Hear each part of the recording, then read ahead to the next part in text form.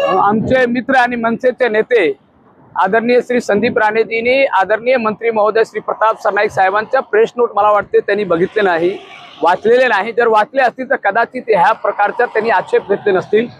कारण आहे की या ठिकाणी ज्या ठिकाणी आपण उभे आहोत हे नर्सरी आहेत, हे बरसोवा गाव आहेत। बरसोवा गावच्या इथे नर्सरीच्या इथे टोल हस्तांतरण होणार असा प्रेस नोट मध्ये स्पष्ट उल्लेख आहे। आणि ह्या जागाबाबत आदरणीय मंत्री महोदय साहेब तसेच MSRDC चे महाराष्ट्र राज्य रस्ते सुरक्षा महामंडळाचे अधिकारी, नॅशनल हायवे अथॉरिटीचे अधिकारी, MMRDA चे अधिकारी आणि मीरा भाईंदर महानगरपालिकेचे अधिकारी आणि पोलीस आयुक्त कार्यालयाचे अधिकारी सर्वांनी मिळून अभ्यास करून आपलं म्हणणं आदरणीय उपमुख्यमंत्री श्री एकनाथ शिंदे साहेबा पुढे ठेवली। त्याच्यानंतर पूर्ण विचार विमर्श करून या जागा निवड करण्यात आलेली आहे।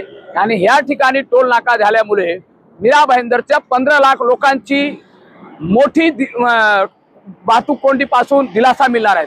यासाठी आदरणीय माजी आमदार श्रीमती गीता जैन यांनी निवडणुकीमध्ये 2019 च्या निवडणुकीमध्ये त्यांनी मीरा भाईंदरला टोल मुक्त करू, याच्या अगोदर दुसऱ्या आमदारांनी मीरा भाईंदरला टोल मुक्त करू, महाराष्ट्र शासनाच्या माध्यमातून कोणीही करू शकले नाही। 1-2 मुख्यमंत्री बदल गेले तरीही झालं नाही। आदरणीय मंत्री महोदय साहेबांना ह्या शहराची काय समस्या आहे त्या समस्येपासून पूर्ण जाणीव आहे। ते लोकांना या शहराला काय देऊ शकतो। तुम्ही बघितलं असेल की त्यांनी 2 दिवसापूर्वीही 377 बेडची कॅन्सर मध्ये हॉस्पिटल, त्याच्यामध्ये कॅन्सरचे विशेष इलाज होणार आहे तसं हॉस्पिटल या शहराला देत आहेत। काल बघितलं की हे टोल नाका हस्तांतरित करण्याचे मोठे निर्णय शासन दरबारी झालेले आहेत।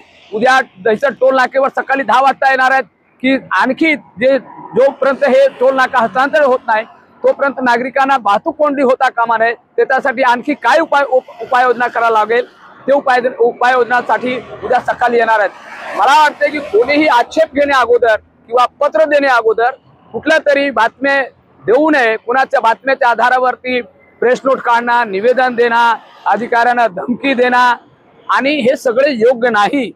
पूर्णपणे कुठल्याही विषयाचा अभ्यास करायला पाहिजे, नीट प्रेस नोट बघितलीच पाहिजे, आदरणीय मंत्री महोदय प्रताप सरनाईक साहेबांच्या पूर्ण बातम्या ऐकल्या पाहिजे।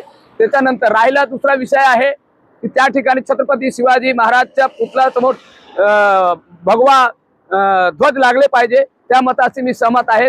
मीरा भाईंदर महापालिकेने त्या ठिकाणी छत्रपती शिवाजी महाराजच्या पुतळा जवळ मोठा भगवा ध्वज तातडीने लावण्याच्या माझी सुद्धा मागणी आहे।